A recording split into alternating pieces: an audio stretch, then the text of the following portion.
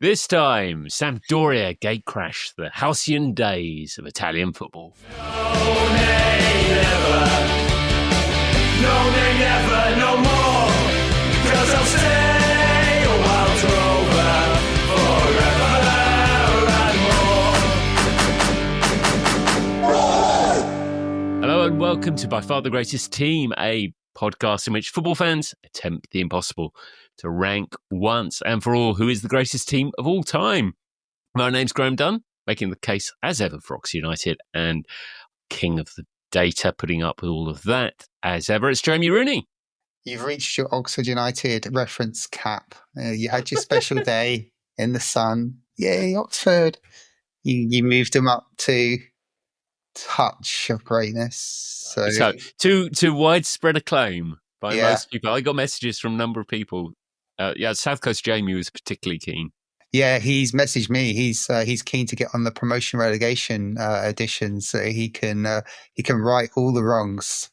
I feel we should be outside the Parthenon in Rome, enjoying an ice cream dessert and tucking into the latest gossip in the Gazzetta dello Sport. Definitely something to be said for that, Football Italia. I don't think anyone read the headlines as well as James, which has always felt as though he was showing off a little bit, I think, as he was translating at the same time. But what a iconic piece of television that definitely is. Yes, we are in Italy, going back to Italy, and we're joined for this one. And it seems surreal because when Phil first started appearing on this podcast, I'd very much typecast him as our Northeast correspondent. And, I felt that was an area he was comfortable in and should never be let. And then we let him into Leeds, which was sort of just across the board. That kind of felt manageable. But for some reason, Phil Craig, you have become our Italian correspondent. Yeah, this is the third team, isn't it? So there was Lazio, then Torino, and now we're heading kind of further north towards Genoa for Sampdoria. Definitely so. I mean, my first bit of homework on this was to look up where Sampdoria was and where. I was thinking it's a really iconic place, but I had absolutely, and I know Italian geography really well for reasons to do with my work. I kind of knew loads of cities there. I can point loads, and then I was thinking, where does Sampdoria play? So I was, it was a lovely surprise to find out they were in Genoa. They are Liguria.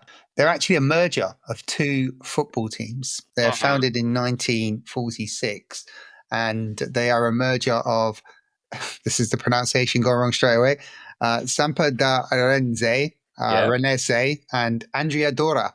The two merged. And the reason why Sampdoria play in that beautiful kit, and it is an iconically beautiful kit, is to combine the colours of both. So Andrea-Doria played in the blue, and Sampdoria played in the red and the white, and that's why you got the stripe, and you got the little Genoa badge as well.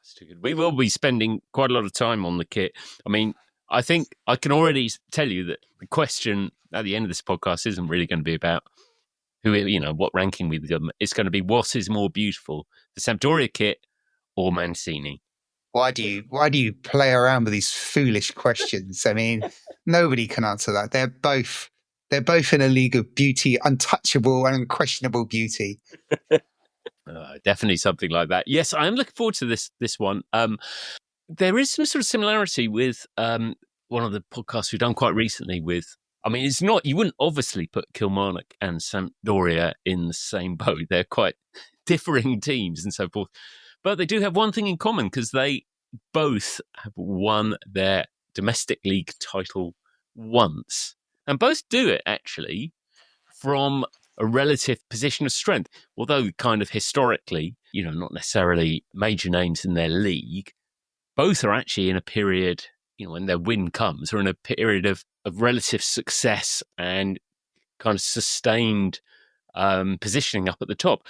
Jamie, am I forcing the analogy too much, or does that just about work? No, I think that's a fair analogy. Yeah, they definitely have won a single title. They both were in a their greatest period. This is definitely Sampdoria's greatest period. It starts with a Coppa Italia victory in the mid-80s, and then it really moves from success to success. They make finals on a regular basis. They make European finals on a regular basis. And then it results in winning the Scudetto for the very first time and the only time, just like Kilmarnock. So, yeah, I think it's fair. So, Phil, great to have you back on. I assume you're still delighted to be revelling in Newcastle's great League Cup triumph. I mean, they should talk about it more. Well, it was a joy to be there in the last week. The only good part of what was a long journey up to the northeast to Newcastle, and shortly before the big open top parade, was the joy of listening to the Oxford United podcast on the way up. So that took a little bit of the edge off some of the pain. No, I wish them well. Good luck for them. It's a big deal winning the League Cup. Absolutely. I won't have anything. It's a very big deal winning the Potato Cup as well. Yes, that's right. Or the Egg Cup, as we found out in the Oxford podcast. Definitely so. Okay, so Sampdoria, they sort of come from nowhere, don't they? That it's a bit of a, what's their story, Jamie? Yeah, so they've played primarily in the top division in Serie A, but they've yo-yoed between the top two, Serie B and Serie A. They have never finished higher than fourth place. And until the 1980s, they'd never won a major trophy. They'd won a Serie B title, but they'd never won a major trophy. And then they enter the mid-1980s, and they go on a bit of a run. But it's been building for some time. Their longest-serving president, and length of time and longest-serving individuals is a bit of a theme with this team, as we're about to explore.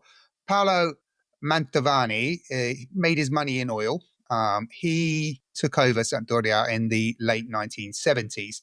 He then set to work investing in the infrastructure of the club. And in 1982, he brought in a sporting director, a guy called Paolo Barrero.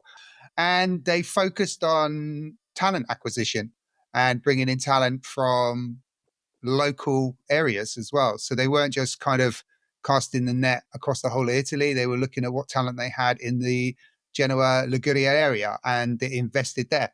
And we must remember as well, this is the 1980s in Italian football, where you had the 3 foreign player rule. So you could only play a maximum of 3 non-Italians at any one time. Well, it seemed to be a bit of a thing for picking up, prior to this period, for picking up British players, because there's 2 or 3 familiar names who were playing for Sampdoria in the 80s. Liam Brady was my favourite. What a player. Yeah. What a player. What a player. Liam Chippy Brady. He had a great career, didn't he? So as well as Sampdoria, was he at Juventus before that as well? Obviously, we associate him with, 2 things. One, Arsenal.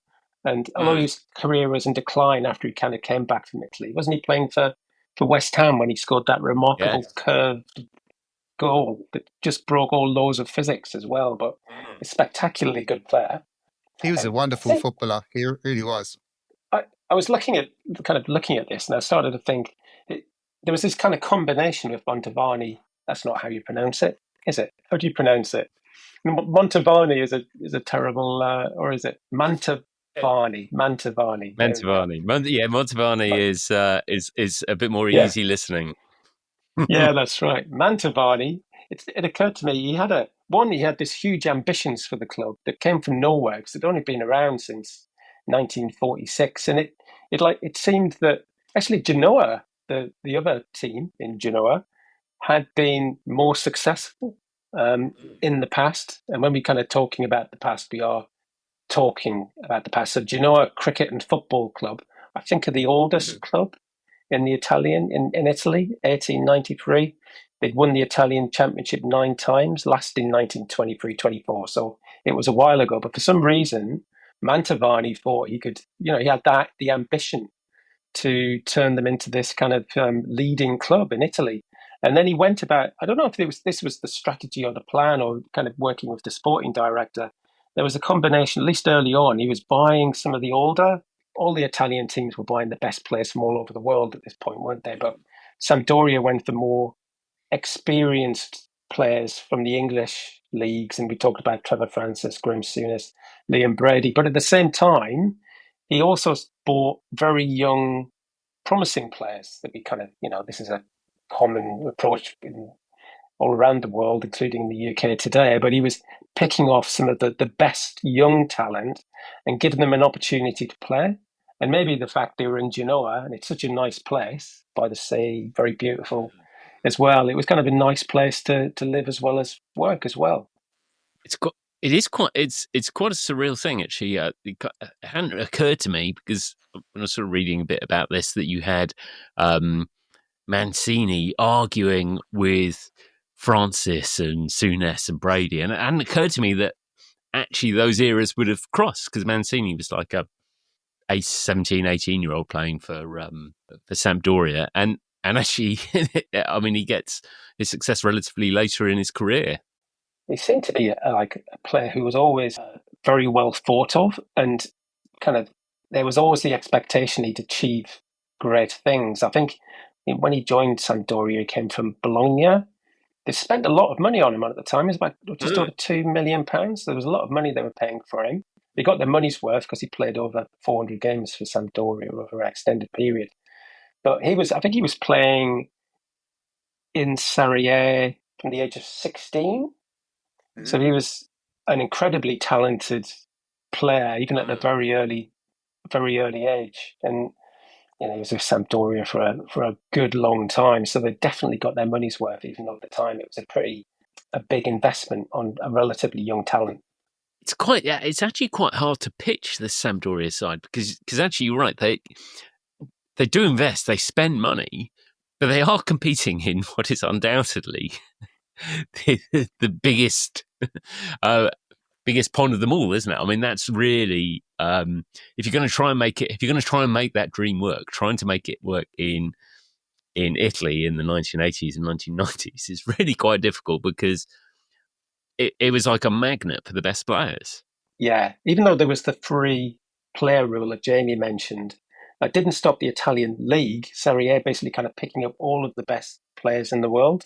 Particularly through the 80s and the 90s, you had Napoli, who were kind of breaking through as well, because, of course, they had Maradona, as you know, and you kind of talked about in the past. So it was all the more remarkable that they managed to kind of break through this kind of domination of the older kind of clubs in Italy, but also Maradona-led Napoli as well. Yeah, I think this is arguably the peak of Italian football, this period, the late 80s going into the mid 1990s. This is when Italian football is really at the forefront, and it's kind of riding high, I think, on the back of the 1990 World Cup as well. New stadiums have been built, so the investment has been made into Italy in terms of the infrastructure. Crowds are growing. Italian teams are doing excellent in European competition. And you literally have Van Basten, Hullet, Rijkaard, Matthäus Klinsmann, Maradona, Cruyff, Canigia, Paulo Sousa, Thomas Ferrari, and Thomas Brolin with his stupid whirly goal celebration, which I absolutely hated. But these are incredible players. I mean, these are players that will be in a FIFA top 100 players of all time, and they're playing in the same league at the same time. Napoli are the defending champions. They're having some problems with Diego Maradona, but Arrigo Sacchi has got a pretty brilliant AC Milan team, and Trapattoni's doing a fairly decent job at Inter Milan as well. So for Sampdoria to rise above all of that in this single season, it's an incredible achievement. It's sort of summed up by going back to Liam Brady, actually, who obviously had a couple of years, very successful years at Juventus, and then they and I was wondering, because I was thinking, well, how did he end up at Sampdoria? And it's because Juve binned him off to get Michel Platini. Well, Liam Brady was already quite good, but that's the sort of the level. It is absolutely fascinating. I think you kind of compare it, because it's not even like the Premiership today. The Premiership today, you can sort of talk about Southampton or Leicester City, or even kind of Middlesbrough, Sunderland even being able to sign players who should be at the top of the game in the national league. But you still have this, you still have some of the best players playing in Spain in particular, some of the best ones still playing in Italy. At this period, you did have some good players at Spain. You did have some good players elsewhere. But really, everyone is, the best players are drawn to Italy. And I think that 3-player rule really contributes to that because, if you're an Italian club, and especially if you're an elite Italian club, you want to use those 3 overseas slots as best as you can. We'll talk about Matthäus because both me and Phil have spent quite a lot of time watching the unbelievable game against really not quite the title decider, but the key game really, and when Sampdoria win the title. And so pretty much the first clip is Lothar Matthäus taking a free kick from kind of deep in his own, virtually the halfway line, it seems. And it's an absolute blinding effort. This is the quality and confidence of the man. That's how good a player he was. He believed he could score from anywhere on the football pitch, and he wasn't a striker. He was he was an attacking midfield who got deeper and deeper as he grew into his career as well. So he was never actually a definitive striker. He was more of a kind of a box to box midfielder who just had a talent for scoring fantastic goals. But yeah, it's a pretty tidy free kick. I would just say there's a bit of a contrast here as well because, particularly Inter with their 3 Germans, they'd had a great World Cup. But going into the 1991 season, the Italian players who were playing for Sampdoria hadn't had a very good World Cup at all the previous summer. So Gianluca Pagliuca and Roberto Mancini didn't even touch or kick a ball in the whole World Cup. Vialli, we might come on to again later, brilliant defender. He'd only started in the 3rd place playoff game. And Gianluca Vialli, who had played a fair bit during the World Cup, had a bit of a shocker, to be honest. He had a really kind of poor World Cup. So it was hardly, a good feeling kind of coming into that kind of World Cup in the dressing room, in the Sampdoria dressing room anyway. There must have been a certain degree of disappointment, or maybe a kind of point to prove, I don't know. Yeah, I think obviously Vialli as well. He was hot property at that particular moment. And I think going into that World Cup, along with I think it was with Baggio as well. They were like the great hopes for Italy. But obviously Toto Schillaci has his moment in the sun, the greatest 4 weeks of his football career. Didn't really do much before, didn't do too much afterwards, but ends up with the golden boot. So that eclipses Vialli as well. So Vialli's, even if he was having a bit of a stinker, he's got a guy in the squad that just doesn't miss. The other thing with that going into that season, we talk about the overseas players, and Sampdoria actually, they do have 3 high quality players, but they're not. I'm not sure they're not superstars in the same level, and their contribution in this season, which we'll come on to talk about, isn't that high either. Yeah, they've got Katanek, the fullback from Yugoslavia. They've got Crezo. And then familiar to Rangers, Mikhailichenko is in there as well. But his contribution is only in part as well because he suffers some injuries in this championship winning season. Before we get to the season, we should sort of probably talk about the kind of the build-up because it is quite a success. But there's also the manager who is probably a big turning point, isn't it? Boškov. Boškov. Vujadin Boškov. Probably badly pronounced. Very intelligent individual. Had a fairly good playing career with the national team of Yugoslavia. Competed in a couple of World Cups, won an Olympic silver medal. Yeah, he was appointed in 1986, and he would go on to be Sampdoria's longest serving manager, 6 years. So you've got a president who's overseeing things, is the longest serving president. And now we've got a coach that comes in 1986 and stays for 6 years, which is the longest serving coach. Yeah, I think he's a key piece for making this team develop into Serie A champions. He seemed to be a bit of a father figure to what was kind of a relatively young squad. So I think there was a good, strong bond, particularly between the younger players themselves. I think there was a core group of around 7 key players in the Sampdoria squad, all slightly younger, who kind of called themselves the 7 Dwarfs, and they used to kind of hang out together, probably drink a fair bit of wine, recipes. And then Boškov was a little bit of a father figure. He had all of that experience, both as a player but also a manager. He moved around in the Yugoslavian league at the time, hadn't he? He'd spent some time and had some success at Real Madrid and in the Netherlands as well before he kind of came to Sampdoria.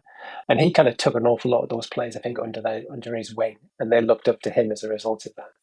There seems to be like a bit of a theme in some of the Italian clubs, but other clubs that you've looked at in terms of a strong owner or chairman, somebody who's gives a sense of direction to the club, and then having a manager who has a little bit more experience and kind of gravitas, and those two kind of coming together and really turning around the club.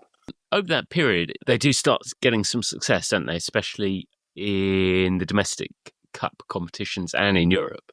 Yeah, they win their first Coppa Italia, the equivalent of the FA Cup. Slightly different. Less teams compete in the Coppa Italia, and sometimes you double up and you play home and away games. But yeah, in 84-85, they won their first title. They beat Milan in the final.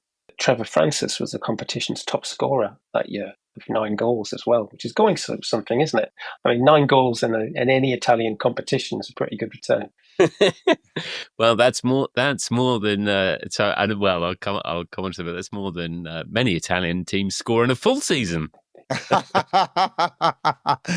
Oh, there's a quiz question coming up. So yes, they win their first cup there, and they're making a bit of progress and headway in Serie A, but without really ever threatening to win the thing or anything. No, it's commendable finishes. They're finishing in the top 5 generally, no higher than 4th.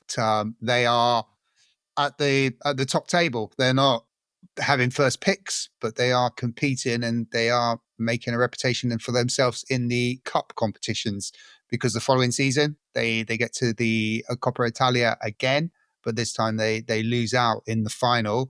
But they are back in the Italian Cup again in 1988, winning it, and then they go on a nice run in the Cup Winners' Cup as well. Yes, so they get to the final of the Cup Winners' Cup. They do, yeah. Their first European final, their first of 3 European finals in this particular period, and they happen I think they happened in the space of 4 years as well. I think, which is quite incredible. 2 in the Cup Winners' Cup, 1 in the European Cup. I think on this one they lose out to Barcelona in the 88-89 season, and that becomes a bit of a theme for this football team. Managed by Johan Cruyff that year, so a particularly good team. They had Gary Lineker in the team as well, but he was playing on the wing at that point rather than as a striker. But my favourite fact about the 88-89, just as somebody who comes from the northeast, that the referee that year was the famous George Courtney. George Courtney had to be. Yeah, George headmaster from Spennymoor, County Durham. From Spennymoor, no less. No less, indeed, yeah. He was from Spennymoor. He must be the most famous person ever to come from Spennymoor. I can't imagine anyone coming from Spennymoor. It's in one of the games. There's a slightly dodgy refereeing decision. There's some talk about there's going to be a big change next year when referees become professional, and we won't see decisions like that. I mean, that's wishful thinking. Let's get away. Let's ignore that for a bit. But I used to love that detail that you knew the occupation of the referees. Which I haven't done the maths on it, but a large number were head teachers and policemen. You wouldn't get sort of data analysts or call center operatives. In terms of the side as we're getting ready, gearing up for this this big 1990-91 season. So really, even by this stage, the Mancini-Vialli partnership up front is already pretty established, isn't it? No, I think they've been playing together for 3 or 4 years at this point, hadn't they? And they're relatively similar age. I think going into 1991, Vialli was 22 and Mancini was 21. So they slightly grown up together as well, consistently scoring goals in the competitions all the way through. So when they won the Cup Winners' Cup in 1990, beating Anderlecht in the final, it was Vialli who was the competition's top scorer. And actually, I think scored the 2 winning goals against Anderlecht and Gothenburg in the final as well. But if you look through the team, actually interesting, if you look through the team, there's lots of other contributions, not just from Mancini, but we might come on to a couple of my favourite players, Viecabord and Lombardo as well. It is more. I mean, Mancini and Vialli is fantastic. They are known as the goal twins, and they're really good mates as well. I think they get on exceptionally well. As Phil's mentioned, the whole team seem to get on well. But I think what Boškov is doing with the help of Pereira and Mantovani, they're actually looking to build a team that's going to challenge for the Scudetto. And in goal, Pagluca is a pretty good goalkeeper, and he goes on to have I think a further career after Sampdoria, I think with Juve or Inter. My memory is a bit hazy on that one. But you've also got some tidy players in midfield as well. And the emphasis of this team is speed, and there's a pretty nippy winger in Antilio Lombardo, who Crystal Palace fans will probably have some affection for, who's responsible for ripping teams apart and putting balls into the box for this incredible partnership, the goal twins, Vialli and Mancini, to stick them away. Lombardo, very much the Greg Downs of Italian football in the 1980s, 90s. I was thinking more Steve Agnew. If I was thinking a bit of a Steve Agnew about him. I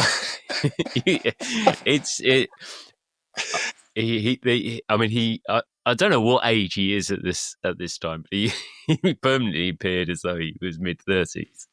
Yeah, we've touched on it at the start of this, and we could talk about a bit more the brilliant Channel 4 Gazzetta or whatever it's called. I think it was called Gazzetta, wasn't it? Because originally Paul Gascoigne was the host, and he would be the one that was going to front it, because he was going to Italy to play for Lazio from the 91-92 season. But obviously his start was delayed because he was injured. But apparently he was just unreliable. He was even not turning up or turning up late. Who knew? Yeah. Yeah. I mean, I'd be surprised if someone didn't say, can we rely on this guy? But it turns out they couldn't. So after a few early episodes, one of the producers who's never been on the camera before, decided to front it. Then we have James Richardson, and who else could you want other than this incredibly articulate, wonderful presenter? I digress. Where did I digress from, Graham? I was going somewhere with that. We were talking about Lombardo. Oh, well, I assume you're about to highlight the memorable moment where AC Jimbo and Lombardo to Lombardo. That's exactly what I was going to highlight. Thank you for reading me so well. Yeah. The moment you mentioned Football Italia, I knew, and we just been talking about Lombardo. Yeah, and it kind of shows that Attilio Lombardo has a humorous side to him as well, and clearly a good dancer. But yeah, he definitely moved as well as he did in that short clip with James Richardson, as he did on the football pitch, which was with a lot of grace and a lot of style, and a really, really incredibly talented footballer, a winger, old-fashioned winger. Probably the thing with Football Italia, when I see the Sampdoria kit, I immediately think Football Italia and Channel 4's coverage and James Richardson, all that kind of thing, ignoring the fact that actually at this point, it isn't on Channel 4, is it? It is the Italian football is on B Sky B. Yeah, it is. I think at the time it was British satellite broadcasting. It was in the infancy of the early days of satellite TV, and you wouldn't buy a dish, you buy a square reel. I think that's how it was pronounced. Whatever, one of those things, one of those kind of square dishes that you put on the side of the house. BSB had the rights to Italian football. Channel 4 didn't get involved until 1992. They paid about 1.5 million for the rights, outbidding BSB at the time. But Andy Gray, John Inverdale, Gary Lineker, and others were presenting our Italian football weekly. I do have a theory about Football Italia on Channel 4. My theory about it is, of which I'm guilty about it. So I remember it very fondly, and I talk about it very fondly. And I talk about it a bit like I would talk about the John Peel show. it's absolutely legendary. It's kind of brilliant. But I can tell you, I didn't actually listen very much to John Peel. And whilst I really like the idea of the Italian football and football Italia, I don't think I watched it very much. I think I just watched, but it's extraordinary. I know I'm so familiar with James Richardson's pieces to camera, but I don't think I ever really watched any of the games. I wasn't, and I wonder if that is a wider trend across the thing. What about you, Phil? You're a classic kind of Sunderland English football kind of man. Would you watch the Italian football? I've always liked Italian football, but probably less for some of the excitement and more for the dourness of the game.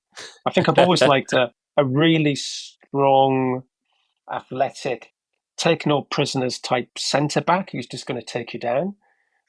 So it's always been, the more exciting flowing football, Italian football, I kind of take it or leave it.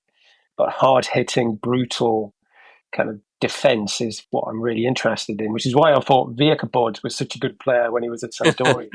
Phil's an absolute part of the faithful Catenaccio family. I can love the locking it up. We don't want any goals here. No goals here. Goals are overrated. Graham, I can tell you, we did have it on in our house, but whilst it was on, I don't think I watched any of it, and I think that was a combination of what had happened the day that preceded the day. So, around about this time, I was playing regularly, like I think you would have been, Sunday morning football. And after you play Sunday morning football, the ritual was to go to the pub and have a couple of beers and eat something, and then you get back home around about 2:00, and it was around about that time that James Richardson was just setting us up for Italian football, and I'm having some of this, so I'd stick it on, then I'd probably fall asleep and wouldn't watch a single bit of it. So unfortunately, from a statistical point of view, I was a viewer, but I can't tell you a thing that I watched. There we go. You're definitely part of the John Peel effect on this one. So we should get into the 1990-91 season, which we'll pick up over the second half of this. The 1990-91 Serie A season is, of course, well known for Sampdoria. There is another fantastic thing that happens, a bit of football history, and I'll give you a moment to think about that, and I'll tell you about it after the break. Hi, Graham here. We're just about wrapping up our plans for this current season, but we're already turning our attentions to our next season. If you've been listening, there are some teams you would like us to cover, or would even like to come on and talk about those teams, you can contact us, drop us a line. How do they get hold of us, Jamie? Well, they can get hold of us by using the social media accounts, X or Blue Sky, where we have the same handles. We've got yourself at Said and Dunn, and myself, Couch Pundito. So Couch Pundito at Blue Sky, and Said and Dunn at Blue Sky, or on the X, aka Twitter equivalent. And you can also get hold of us on Insta, which I think the kids call it these days. What's our handle on that one? Yes, we're on Instagram, where we're trying to share some of our little videos. So please give us a like, a follow, and keep in touch with our little videos. So we are on Instagram as the Greatest Team Football Podcast, or by far the Greatest Team Football Podcast. Search for either of those and you'll find us. Please follow. Excellent. So welcome back. We are looking at Sampdoria, the fantastic, iconic, beautiful Sampdoria of 1990-91. For the break, I was just setting up a glorious little thing that happens in that, not with Sampdoria, but in Serie A. Any takers on that? I would need a clue, but knowing you need a clue. Okay, well, I'll give you a clue. The clue is Giuseppe Lorenzo. Bologna's Giuseppe Lorenzo. Oh, is this the sending off? It is the sending off. The fastest ever sending off. Yes, I did know this. 10 seconds? Something like that? 10 seconds. 10 seconds. I've been searching for footage for this. I haven't been able to find any. I'm sure it must exist somewhere, but because 10 seconds, I mean, that must be settling the score, mustn't it? There's no way you can't can't misjudge a tackle after 10 minutes, can he? Or 10 seconds. And given generally, although we'll come on to a particular sending off, but generally in Italian football, you could do quite a lot and not get sent off. I couldn't find it either, but that's a remarkable 10 seconds. That's like Keane Haaland type intent, isn't it?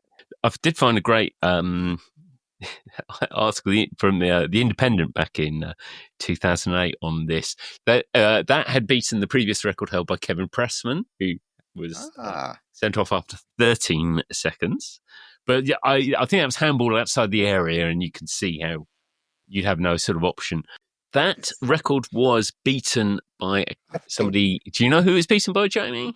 I have a vague recollection that Keith Gillespie got sent off before he had a chance to come on. I think he was coming on as a substitute. Yeah. And then I think he had a ruckus. I think he might have been playing for... Who was he playing for? Was it Newcastle or Sheffield United? I can't remember. But I think he had a row with someone in the sidelines when he was going to come on. I think he elbowed him and got sent off. So it would be 0 seconds, I guess. He's impressive. There's a chap called who played for Chippenham Town. This is non-league football, David Pratt, who was sent off after for a wild tackle after 3 seconds. Wow! And then 3 seconds. And then there's a great story. This is in this Independent article, so I can't claim any credit. Also, in 2000, an English amateur player, Lee Todd, was sent off after 2 seconds when he responded to the referee's whistle to the start of the game by saying, "Fuck me, that was loud," and was sent off without using language. Did he get? He got sent off for bad language. Now, there has to be a backstory to that. But then I have played with referees who might actually enforce that. I mean, that's just a natural reaction. If you've got the ref whistle in your ear, it's going to be loud. Wow, that's impressive. So yes, I thought that's a piece of Bologna history. It's probably it's what I remember that season for, or will do from now on. But it's a season of happy memories for Sampdoria. Now they enter the season off the back winning the Cup Winners' Cup, don't they? So that they are starting to win silverware. We've already won the Coppa Italia, and then Phil, I think as you mentioned, they beat was it Anderlecht in the 90 final? That's right, Anderlecht. Yeah, so they were, I think, kind of going into 1991. They were having great success, but very much within cup competitions. They were known for a cup competition team, and as Jamie was saying earlier on, that hadn't quite translated into the league. So in the season before 91, they were fifth. Before that, fifth, fourth, sixth. Had a bit of a dip in 85, 86. So they were 12th. So they were consistently in the top echelon of Serie A, and as that success built in from 87, 88, they were kind of qualifying for European Cup competitions, Cup Winners' Cup in particular. They were doing well, but not a great breakthrough in terms of Serie A up to that point. Yeah, I think just to kind of put it into numbers, between 1984 and 85 season, right through to the 89-90 season, so it's 6 seasons in the build-up before they win Serie A. They win the Italian Cup 3 times. They're runners-up once. They're runners-up in the Cup Winners' Cup once, and they've won the Cup Winners' Cup once. So, I mean, that's a pretty impressive haul. That's 6 finals, major finals in 6 seasons. And in 1990, they do actually win the Wembley International Tournament as well. So, if you want to count, I mean, there are teams out there that count the Audi Cup. So these are important things. What is the Wembley International Tournament? Well, were they playing against Neasden or something? Yes, so yeah, they were, and Wembley Park. No, the Wembley International Tournament it's one of these pre-season things, and it ran from 88 to 94. It had like a major sponsor behind it. I think it was like Makita, like a tools company or something like that. And it was one of those invitational things. So, pre-season friendlies with a lot of glory attached to them. And I can tell you, in 1993, Chelsea beat Tottenham Hotspur in the final as well. But Sampdoria actually won it 3 times. They won it in 1990. They beat Arsenal. In 91, they also beat Arsenal. And in 92, they beat Leeds United. So they were conquering English teams at this particular point in the major Wembley International Tournament. Well, who wouldn't want to have that in their trophy cabinet? Now, this season is an interesting one, isn't it? Because actually, it's quite a wide open. Whilst they actually, Sampdoria actually end up, quite a few points above the other than there are 2 sides that finish above, but there's quite a big gap, especially as it's more than 10-point gap, especially as it's 2 points for a win. But during the season, it's not like a procession, is it? There are, Juventus are in there, Napoli are in there, the Milan, Inter and AC are both in there. So you've got a lot of sides competing for this. This is a pretty competitive campaign, isn't it? Yeah, there are lots of the usual players there, particularly the 2 Milan clubs. A little bit of a falling off, particularly in terms of Napoli. They were the champions kind of going into 1991, didn't have a great season. Maybe they're kind of the end of Maradona's time there. I think it was his last season. Maybe he had other things on his mind. I don't know. Yeah, I think he was banned for 15 months during this season, wasn't he? Because of cocaine, I think it was. Yes. Was that the World Cup where he got rather excited in front of the camera? I can't remember. No, that was 3 years later, which proved he was still doing cocaine. It wasn't good. It wasn't good, was it? I mean, the one standout for me was 2 things. One, great season for Genoa generally. I think Genoa ended up finishing 4th, which is pretty good going.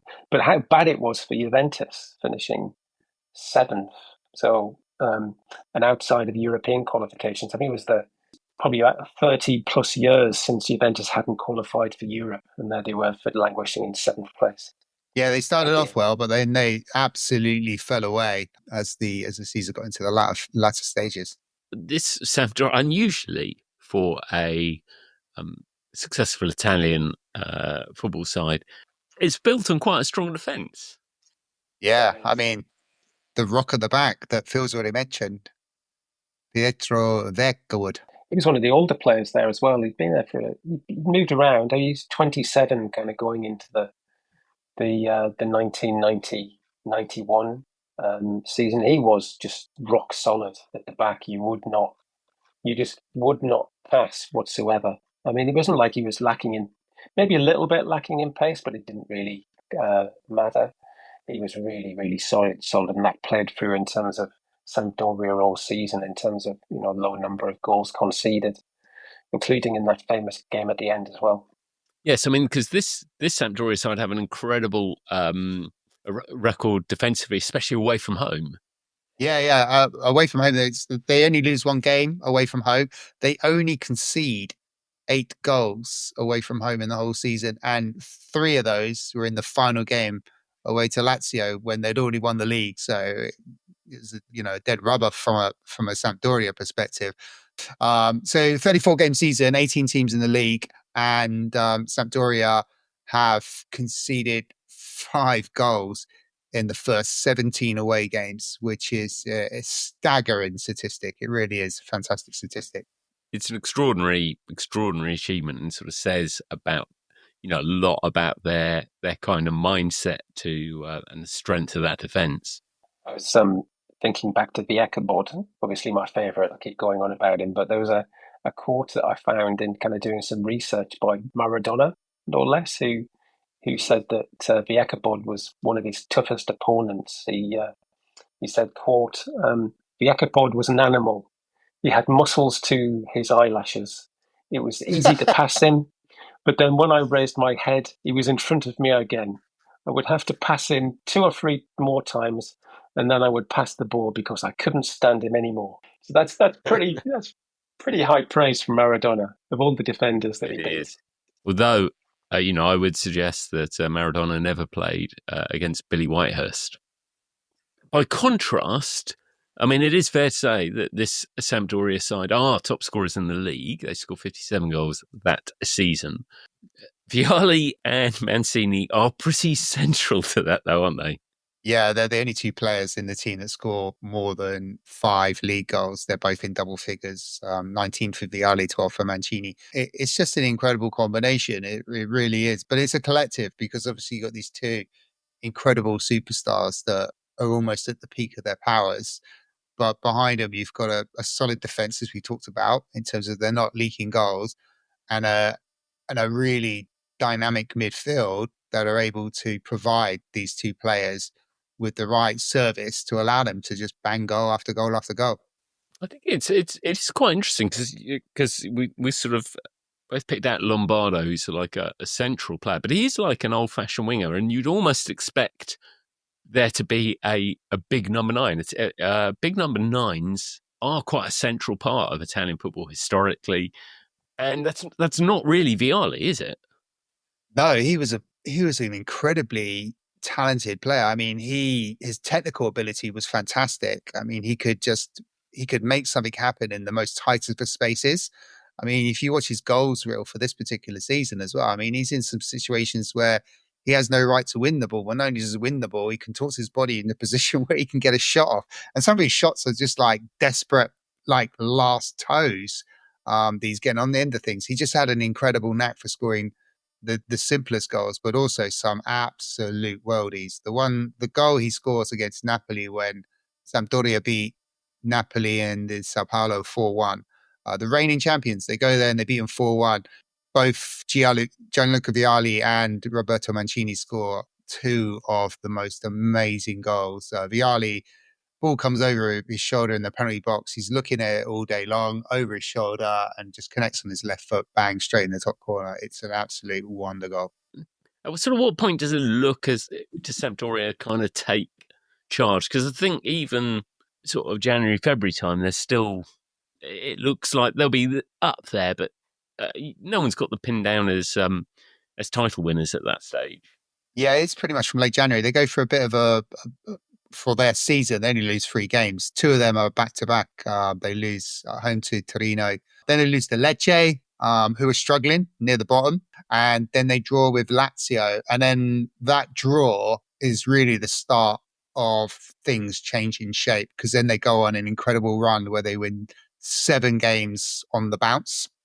That puts them top of the table, and there's no looking back from that point. They go on a 19-game unbeaten run from their final defeat in mid-January against Lecce. It's sort of, that season comes to a head with a really special game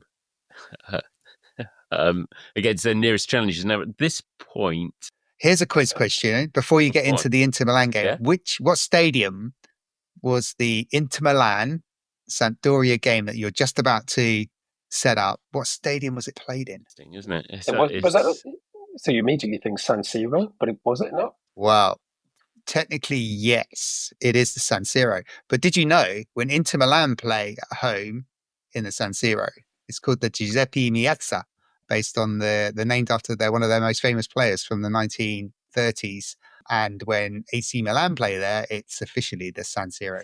So yeah, technically it's the San Siro, but there's a bit of the rivalry between the two Milan clubs. They renamed the stadium when Inter play there.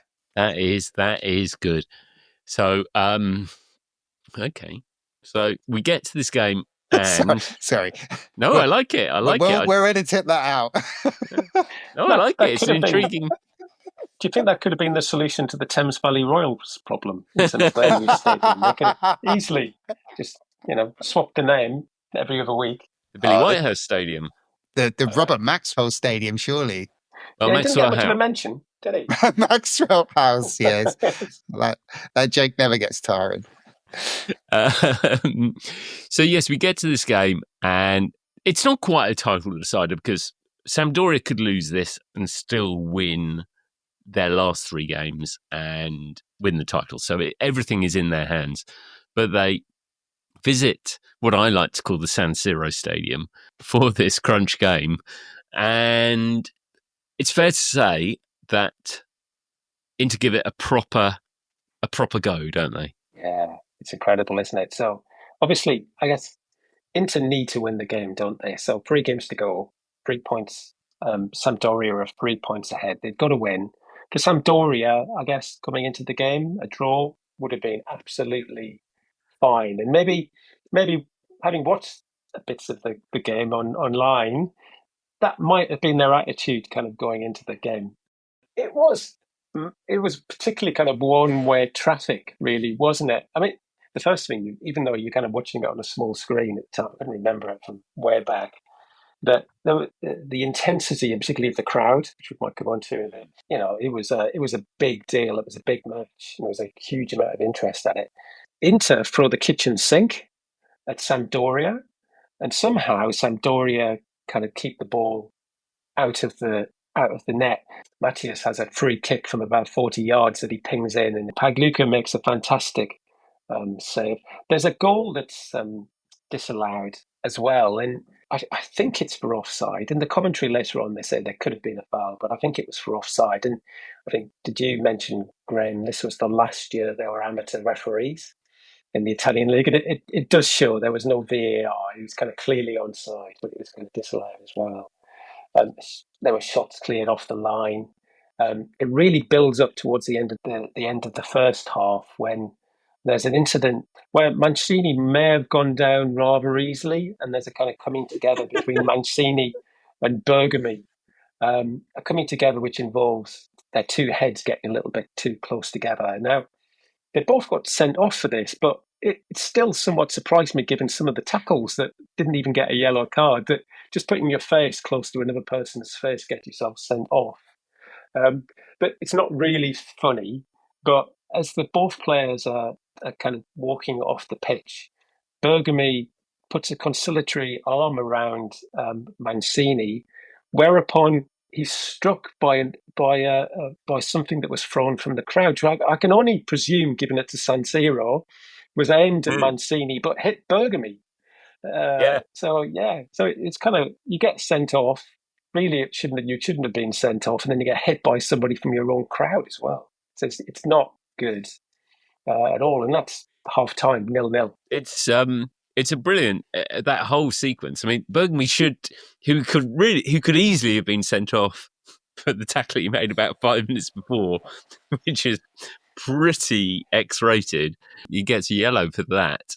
And as you say, there's this great kind of this bit where they're kind of walking. They're both really angry and kind of agitated and still at each other a bit. And then this is great bit where they sort of put their arms around each other. You're saying it's kind of, oh, well, this has happened again. This is, blah, blah, blah. And then, as you say, it gets hit. Maybe, I mean, I can relate to Bergamo where he was potentially, Mancini. I'm speaking as a fairly secure heterosexual man. I would be tempted to cuddle and kiss Mancini as well. So if the opportunity's there, I mean, he is such a gorgeous guy, isn't he, really? Well, we do need to, I keep talking about, threatening to talk about, we do need to start talking about hair. And hair in this game in particular is really, really striking. So obviously we've already talked about Lombardo's lack of hair. Roberto Mancini, who has this some of the greatest hair in football, I would suggest, or in the world, full stop.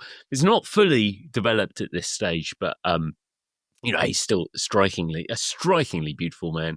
And then Vialli has this, it's a little bit permy, isn't it? Oh, it's just thinking in more recent years, particularly when he went to Chelsea and later. Unfortunately, he's not with us now, is he? But he kind of lost his hair, but he still looked the business. He still looked very good. Absolutely. But it surprised me looking back at the pictures and seeing some of the videos from '91 that there was a certain curl. Well, it's weird. Even, and we'll come on to Europe in the final countdown. But there's some clip of him there, and even by that stage, he's cut the hair shorter, and he just looks fantastically stylish. So I'm just not quite sure what was going on there. And then you obviously look at the opposition at this stage, and of course you got Klinsmann, you got Bremer. Again, you got great locks on show, haven't you? We shouldn't forget as well that this is the era of Rudi Voller as well. I mean, there's a tight perm on a man if you're ever going to see one. So they get to no, they have survived this onslaught. Then we get to the second half. Isn't there a penalty? Quite a strong penalty shout turned down. It looks pretty nailed on to me. There is eventually a penalty. that kind of comes along, isn't there? That Mateus takes, and he's got a decent right boot, hasn't he? He strikes the ball pretty well. It must be Terrible said. penalty, isn't it? Pagliuca's there, though. From sort of nowhere, almost not quite their first attack, but very nearly their first attack. Sampdoria take the lead. Decina on the break, isn't it? He kind of break away, and all of it, the shock that kind of comes with this, the crowd goes silent for a while. I mean, it might be because they're breaking off the seats and throwing them on the pitch towards the Sampdoria goalkeeper, yes. But even so, there's this huge shock. All of a sudden, I don't know if they had a shot up to this point, but Decina puts them 1-0 up, and it gets better after that as well. It's a shame they don't score immediately before, because some lovely play from Lombardo. It's the post and then shows real composure just to set Vialli up, and who should score, but it's a great stop on the line, and at this point, into ploughing through with yet more. And it's fair to say that Pagliuca is having the game of his life, despite, I don't know if this was just a one-off, whether he was carrying an injury or whatever, but despite having to take the embarrassment of having a defender taking his goal kicks for him. I think there was a bit of time wasting going on, maybe. But yeah, I think he did. I think he hurt his. I think he might have hurt his hand, and even potentially, if it was the penalty or that free kick from Matthias earlier on in the game. But I think he did hurt his hand, and perhaps didn't play in the next couple of games. He was also struck by a seat as well at some point, and was on the ground for a good amount of time as well. It was getting pretty heated in the crowd.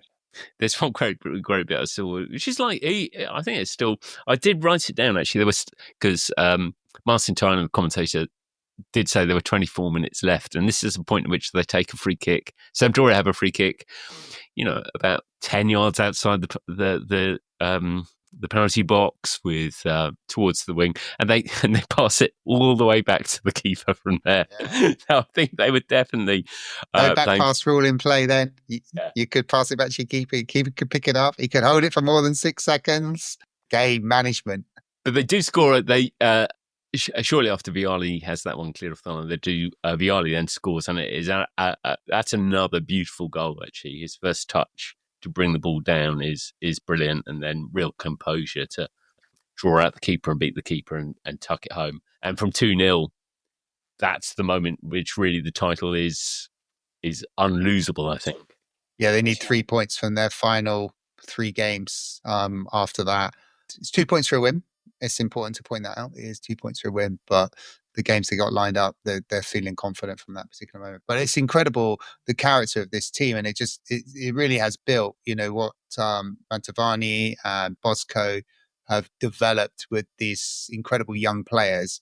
It's a testament, because Inter throw absolutely everything at Sampdoria, and 9 times out of 10, Inter Milan are winning that football match, and they're probably winning it fairly comfortably. But on that particular day, the Sampdoria team was incredibly dogged and determined to do everything they possibly could to get the point minimum, and then they come away with both points. It's a sign of a great champion, not to kind of lead us into where we're going with the ranking.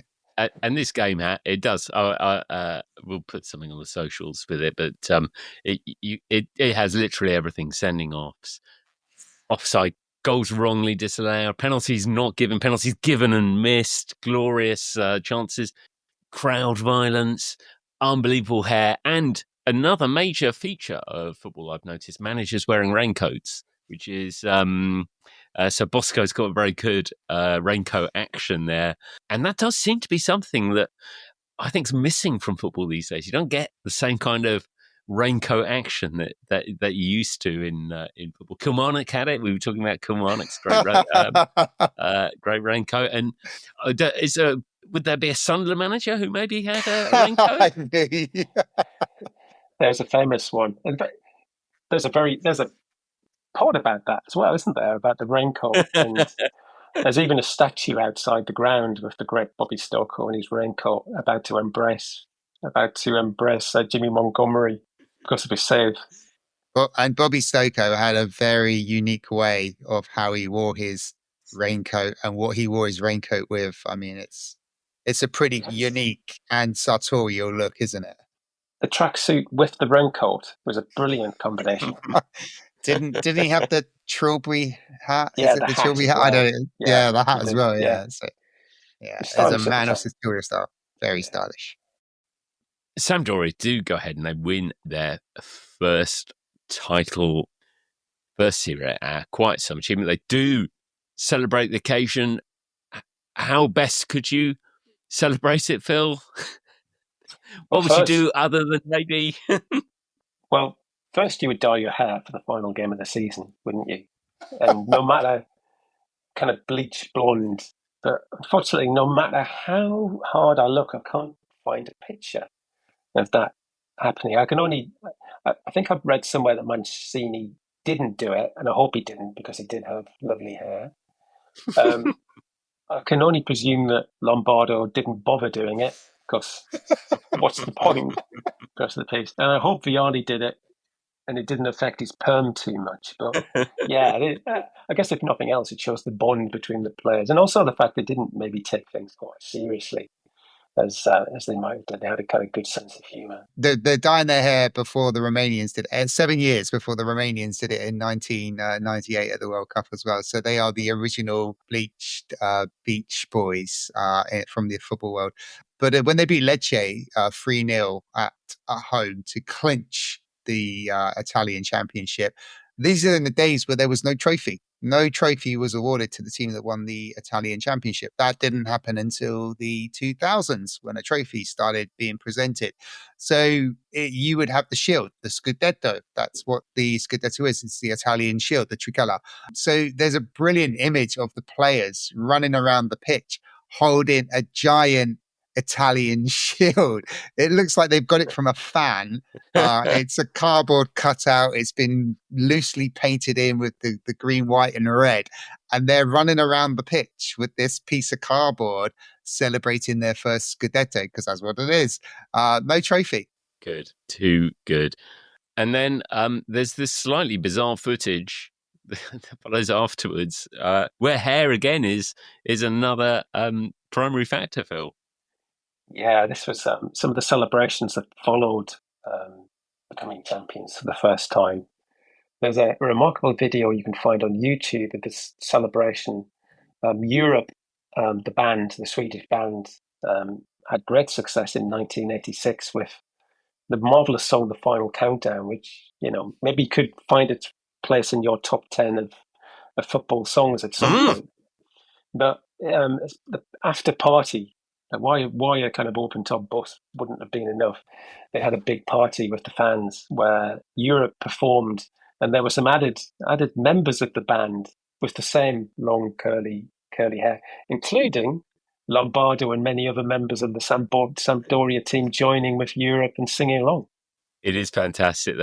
I think it does again say something about the bonding and the kind of lack of the way they didn't take themselves too seriously. I think that says a lot for that club.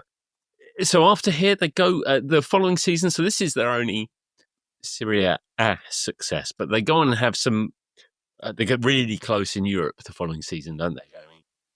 Yeah, in the championship season as well, they're runners up in the Coppa Italia, so they lose to Roma over a two-legged final. So they narrowly lose out on a unique double in Italian football as well. But yeah, so by winning the Italian league, they are in the European Cup the next season, in the 91-92 season, and changes are just about to start. So this is the very first season in the European Cup where you have a group stage. So you have a first round over 2 legs, a second round over 2 legs, and Sampdoria come through those fairly comfortable. I think they beat Rosenborg in the first one. They beat Honved of Hungary in the second, and then they go into a group phase. There's 2 groups of 4, and the winners of each group go through to the final. And this is the very last European Cup, because from the next season onwards, it's going to be called the Champions League.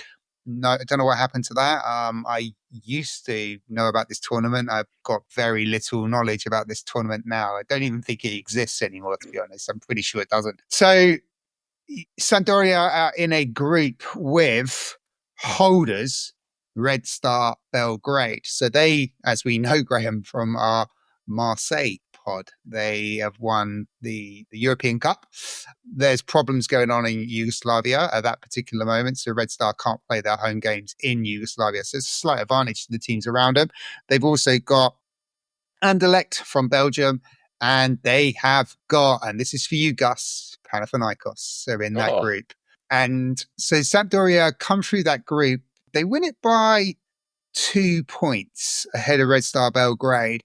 And they go into the final game against Panathinaikos where a draw is enough. So they're in a position where their goal difference is better than Red Star. So all they need to do is take a point, and that's exactly what they do. They draw 1-1 at home with Panathinaikos, and they go to a balmy night in May, Wembley Stadium, to play Johan Cruyff's dream team, Barcelona. Now, Barcelona have never won the European Cup. So you've got two teams in the final in the 91-92 version that are competing to win what will become their very first European Cup title.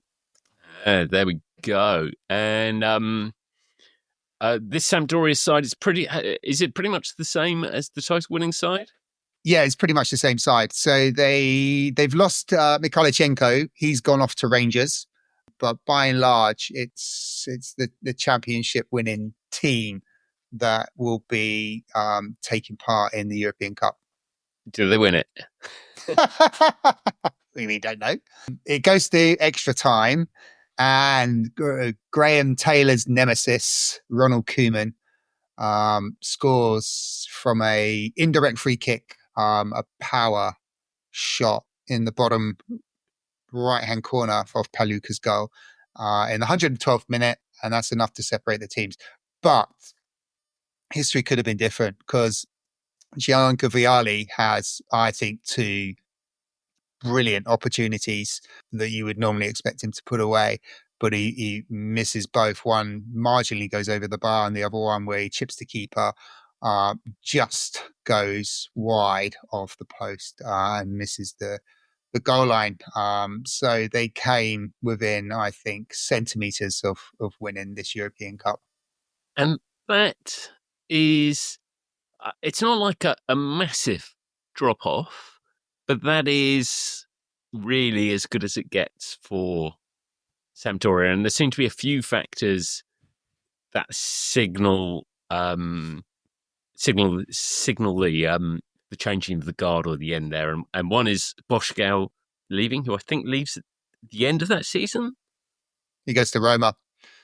Vialli goes off to Juve for what is a world record fee in 1992. I think £12 million at the time. I'm not sure how many billions of lira that was at that particular moment, but many billions, I'm sure.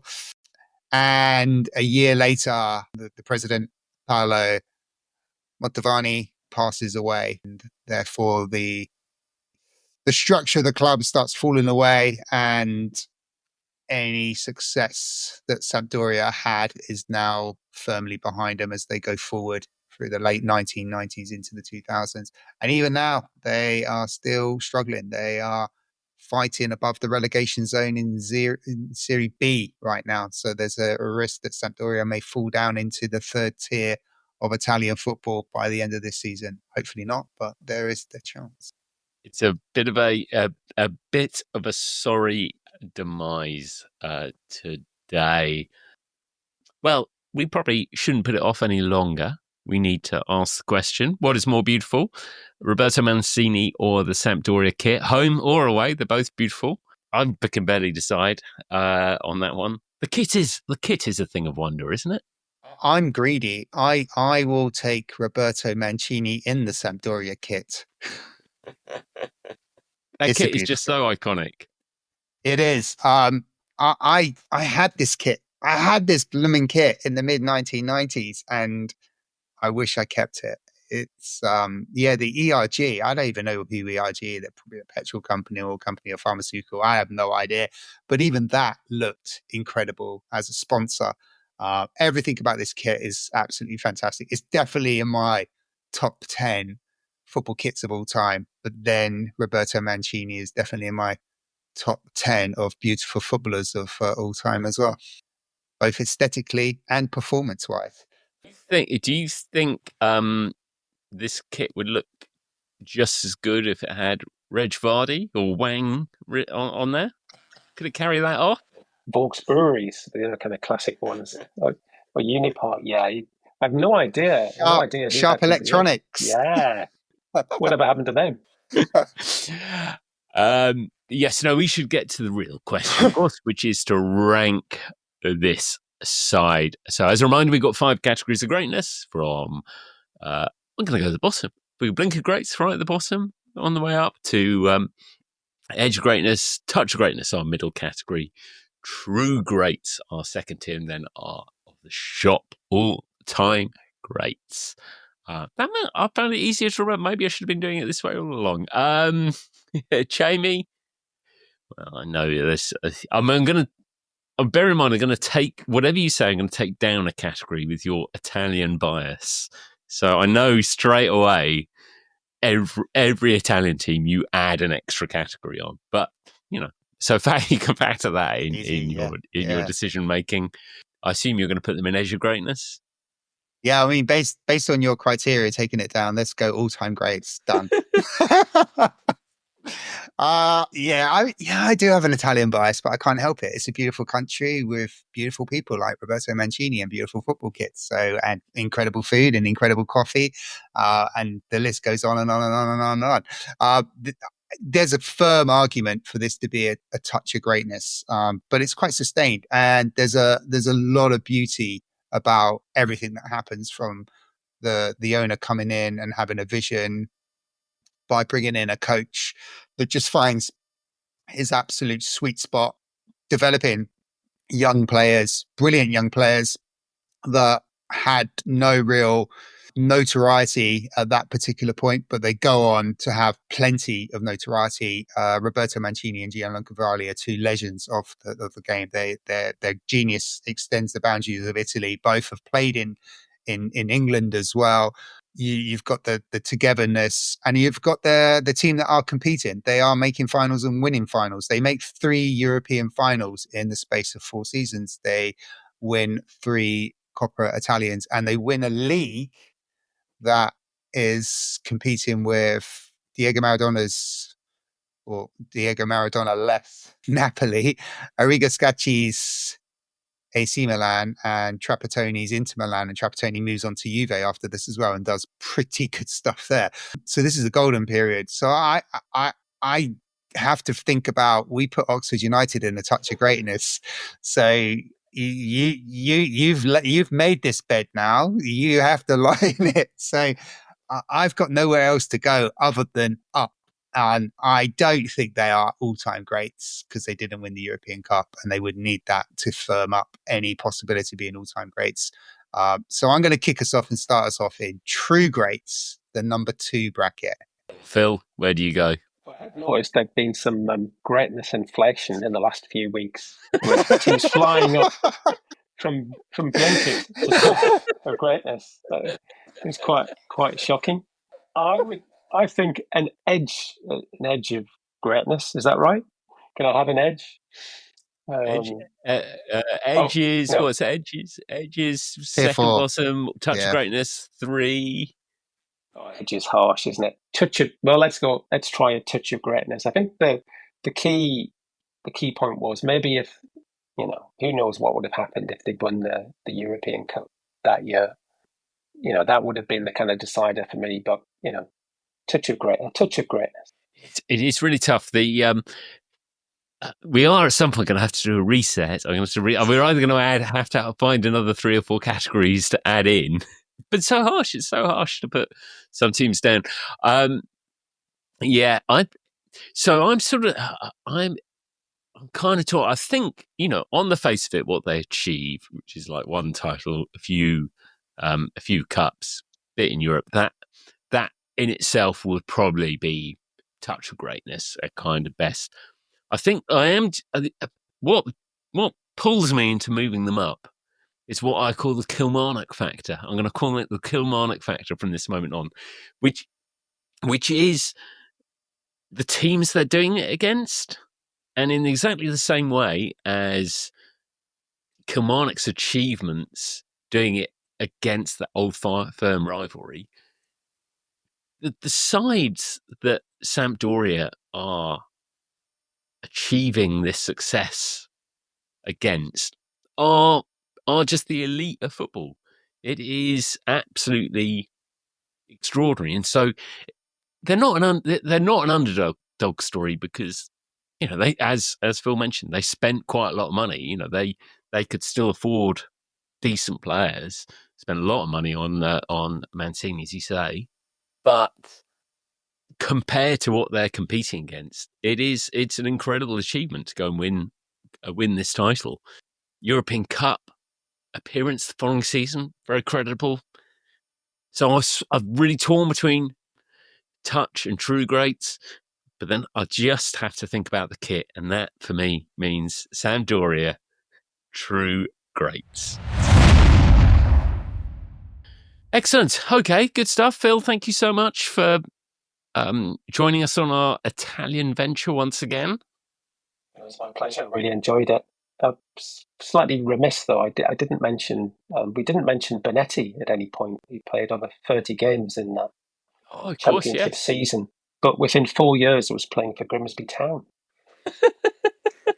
Wow, that is quite something, isn't it?